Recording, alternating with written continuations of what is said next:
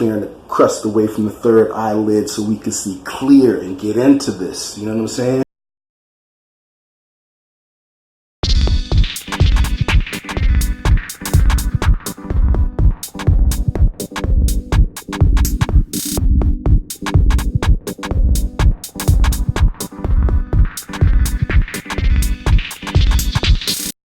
Audio is rolling. Camera 1. Rolling. Okay, so action. Tell me what informs your style as a DJ. Like once you figured out what those other cats are doing, what do you think is yours that they don't? I think the biggest thing that informs my style as DJ is me, my life experience. You know, I have no problem pulling because I have so many different. I mean, you know, I'm half Bahamian, more than half Bahamian, 3/4 Bahamian, and so there's the calypso background that I grew up listening to calypso music. You grow up on the East Coast in the New York area. There's hip hop music that comes from it. I went to high school in Atlanta, so Kilo G. I just have like a lot of different. I just pull from my life experiences. You know what I'm saying? And that's how I play. And I feel like every person, every individual, DJ or not, has a very specific and unique life experience that they can bring to the table. And just we have the benefit as being musicians or DJs, we have the benefit, the opportunity to kind of express that, you know, what our lifestyle is. So I can jump from, you know, MC Shy D record and go into Run DMC and then bring it to, the American Gangster album with Jay-Z. You know what I'm saying? Because they all got the same drum tracks. I can do that and do it flawlessly. And people are like, yo, wait a minute. I've had people run up on me like, yo, where you from? Because I'm a big go-go fan. Because I spent a summer in D.C. where go-go really affected me. And ever since then, I've been a big Chuck Brown fanatic. So I just bring my life experience to the table and not try to really follow anybody else. Because I think, like I said, man, I gotta keep coming back to Rich Medina, but Rich really was a dude who kind of gave me the confidence without giving me the confidence, like not telling me, like, listen, young man, you can do this. But he gave me the confidence by just him being him, playing the music, that comes from his spirit, and playing it to like-minded individuals, and that kind of made me feel like, gave me the confidence to know, like, yo, I could go out there and tell my story musically, because there are a lot of people who will appreciate it, you know. All right. Tell me, as a DJ selector, what are some of your pet peeves? My biggest pet peeve is chicks thinking that they're the flyest chick I've ever seen. I do movies. My wife is bad as shit. There's nothing that you can do that's gonna be so fly that I'm gonna have to drop everything and do what you asked me to do. That is my biggest pet peeve. I prefer people to just come up to me and ask me nicely for a record. You know what I'm saying? And I'm gonna tell you, and I'm straight up with people. Yo, either I'm gonna try to get that on, or this ain't the night for that. You know, but chicks, particularly in Los Angeles, have a real chip on their shoulder because they think that they the flyest thing that ever walked the planet. And here's the thing, man. I'm from New York. I really don't even like California chicks. I mean, you know what I'm saying? I like them a little bit, you know, aesthetically pleasing, but I'm not really into that Barbie doll look. So, I know you the flyest thing on your block, but, and you know, I'm into the chicks that come from like the south side of Los Angeles. You know what I'm saying? You from Ladera Heights, in that area, Leimert Park. You could see me, but like the Hollywood style, like, yo, come on, man, it's a dime a dozen.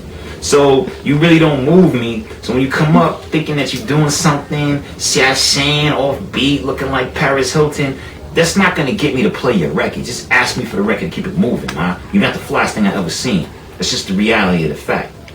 It's just what it is. So that's like my biggest pet peeve is chicks. Because with dudes, you could be like, yo, you could step to a dude man to man and be like, yo, man, stop talking to me, shut the fuck up before I slap the shit out of you. Picture me saying that to a woman, that's crazy. So that's because I feel like I'm kind of painted into a corner where you trying to be charming and try to get them to get away from you. Whereas as a dude, I'm like, son, you say something else to me, I'm gonna slap the living daylights out of you. And then you keep it moving. And he understands that language. But you can't say that to Paris Hilton. You can't say that to Lindsay Lohan. You gotta figure out something else to get them out your face. Or Jack A. Oh yeah. Yeah, my man had a real bad run-in with Jack A. Yeah, but she don't fall into that category. Jack A got curves, man. You should play that one right. Tried you, man. Jack A was on that dude. I threw on some Barry White. Like, I threw on some. She came running, Dorian. And she was like, listen, she interrupted. My wife was like, I've known him since he was a kid. Blah blah blah blah. I watched him grow up in the industry. So go get your boy. He's not playing what I want to hear. And I was like, I asked him if he had such and such. He didn't even have it. I was like, yo, all right, let me go. I don't know what happened, but see, I was like James Brown or something, right? Nah, it wasn't that simple. It was something else. Man, it was something else, yeah, man. she was like, you don't even have it. And I was like, yo, I'm sorry. Go on, Zima, and chill out. I wish Yeah, that was. Jack A was I wish it was that easy. She was twisted that night. At least drunk. Okay, so as far as these DJs out here, you said earlier you were mentoring a young cat out here in LA. In general, what kind of advice would you give to a DJ who's just now starting today? And we're considering, as we spoke on earlier, new technology, and we're also considering your old school roots. How would you look at yourself as a DJ and what you've embraced, and how would you impart some wisdom on these youngins? I'll probably tell them something. Don't be afraid to set yourself apart. Like, I mean, anything happens, especially in the early stages. I mean, even as an early stage as an actor, you're imitating your favorite person. You know what I'm saying? I imitated Denzel Washington when I first did. Denzel Washington, Richard Pryor. I imitated them when I first started acting at 10. You know what I'm saying? But then you find your own voice, and you find out what's unique about you, and you bring that to the table. That's the only thing I would tell a new DJ, man, is like, listen, there's going to be old school dudes who are angry, pissed because they never saw the money they should have seen. So they're going to come at you heavy. But the thing is, if you can do things with this new technology that will shut them down, shut them up, they really can't say nothing. They just be mad. You know what I'm saying? That to them is, that ain't DJing. But you have to be able to bring your own unique experience to the table. So that would be my biggest advice to any DJ. You know what I'm saying? Like, my man, ID Required, he is a young dude, very much. I mean, he's a teenager, so he's in it. Like, he puts me on the new records. You know what I'm saying? He's all in there. But at the same time, he has a sensibility for old school music, and he brings those two worlds together in a way that his audience fully understands it. And so I always told him, don't shy away from that, man. Just because your friends might not play a record, they might not play a Dad's Band record, you need to play that. You know what I'm saying? You should do it and blend it in with whatever you're gonna blend it in with, because that's what makes you unique, man. So I think that's the biggest thing. And then, he's into making the mashups and all of that. I love all of that stuff, man. If it's expression, and use the technology, that's what it's there for. Why shun it? Just because somebody don't approve of it, some dude was on his way out anyway. You know what I'm saying? That's usually who's barking the loudest. Yeah, because the dude was never on. Was never on in the first place, and he's just looking for something to blame it on. So don't be concerned with that. Like, take your own journey, man. This stuff is here. We use it for a reason. I remember when CDJs came out, and there was a lot of DJs who was like, yo, pissed at other DJs for using CDJs, as if that made the game easier. I really don't like CDJs, and I play house music all the time. I can't stand playing CDJs. But I know a lot of cats who do, who only play those. What are you going to do? It's about preference. And so just have your own sensibility about yourself and be confident enough in what you bring to the table to be like, fuck you. Word. Okay, and here's a question that I'm sure that you can appreciate, that I don't think most people really think about too much, but in terms of your DJ career, what does God have to do with it? God is a major part for me, because I'm a big believer, big understander of the fact that God has provided us every opportunity that we want in this world. Whatever your heart desires, you have the ability to go get it. It is just about being faithful enough to step out and actually do it.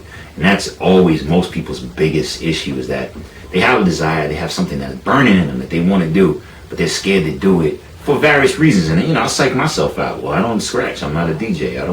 People are gonna take me seriously. I'm on a TV show, whatever. I'm in this movie. They're not gonna take me seriously. But what I realize is when you step out on faith, everything takes care of itself. I play gospel music in my sets all the time, and it's not just because I'm a religious dude. It's really mainly because you know, gospel chords and gospel, old school gospel particularly, they get funky, man. Like you gonna tell me you ain't gonna dance if I play the Clark Sisters, then you're telling me you're dead. You know what I'm saying? So it plays a very big. He plays a humongous part in everything that I do. Not just DJing, just life, man. You know, look, man, I'm a person who makes a living. If you as a DJ and as an actor, these are the two of the shakiest jobs a person can ever consider going into, and I support my family that way because I have faith. You know, because I walk out and know every day that there's an opportunity there for me to grasp it, but I just have to walk into it and fully accept it. You know what I'm saying? And expect it. You know, and so I think that's the largest part that God plays, not just in me as a DJ, but in me as my life. You know what I'm saying? Because we never know what the next day holds for us, but the only thing we can know is who holds the next day. You know what I'm saying? So you just walk into it. That's what's up. Yes, sir.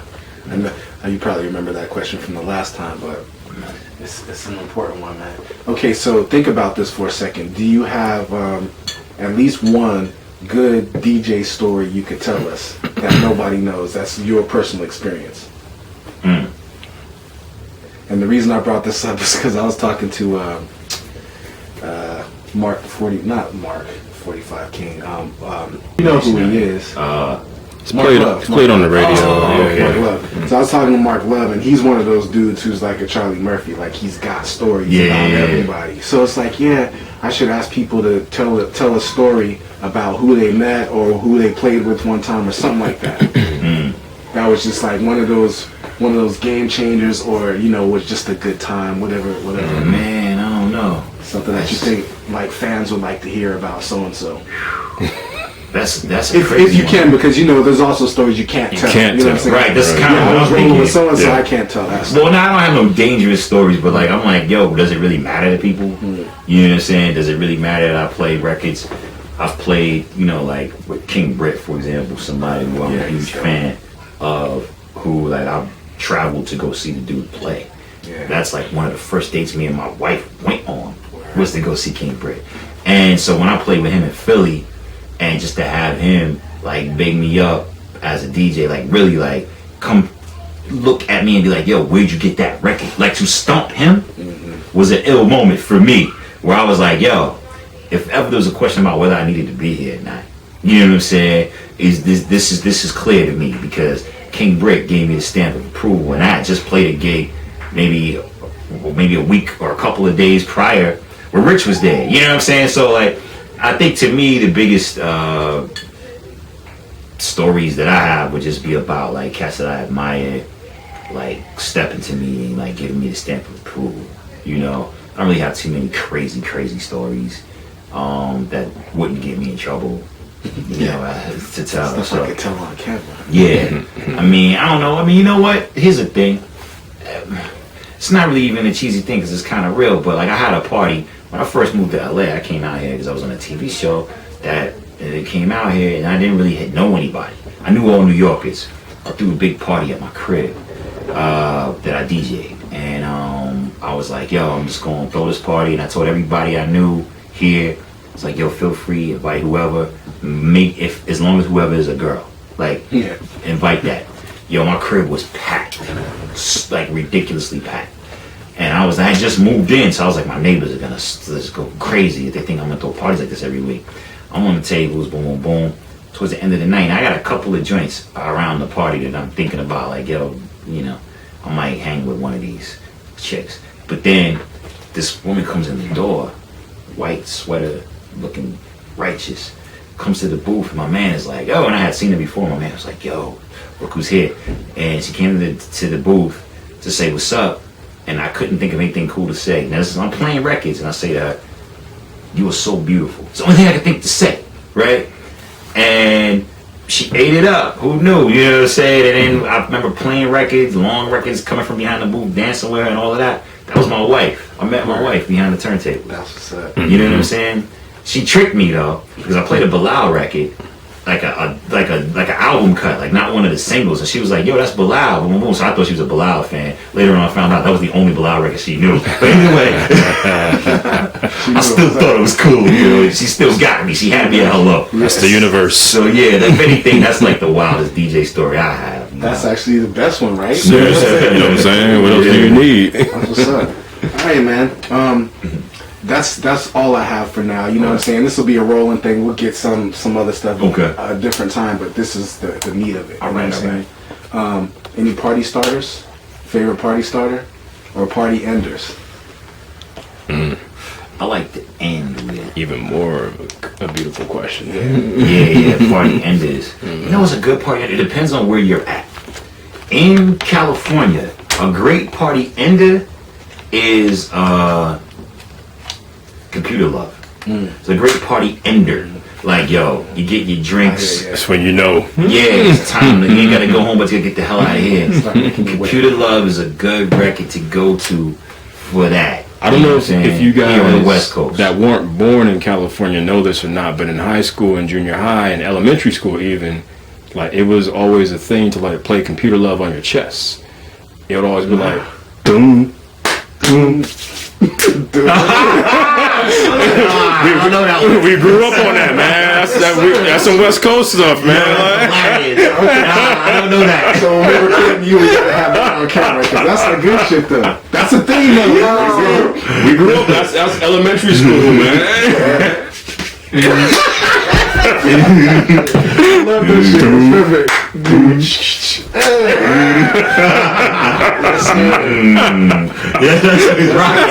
Yeah, nah, I ain't know that. So that's why. I mean, that must be why it wins.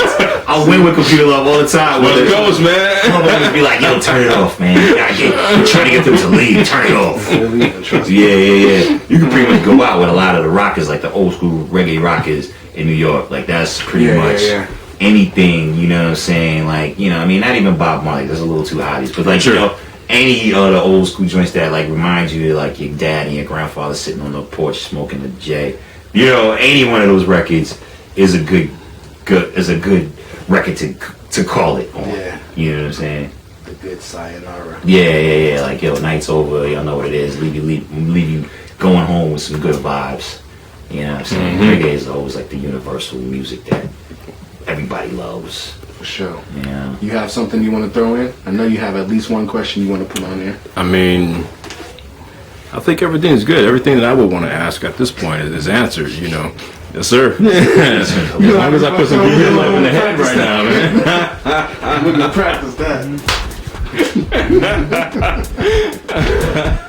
That's dope.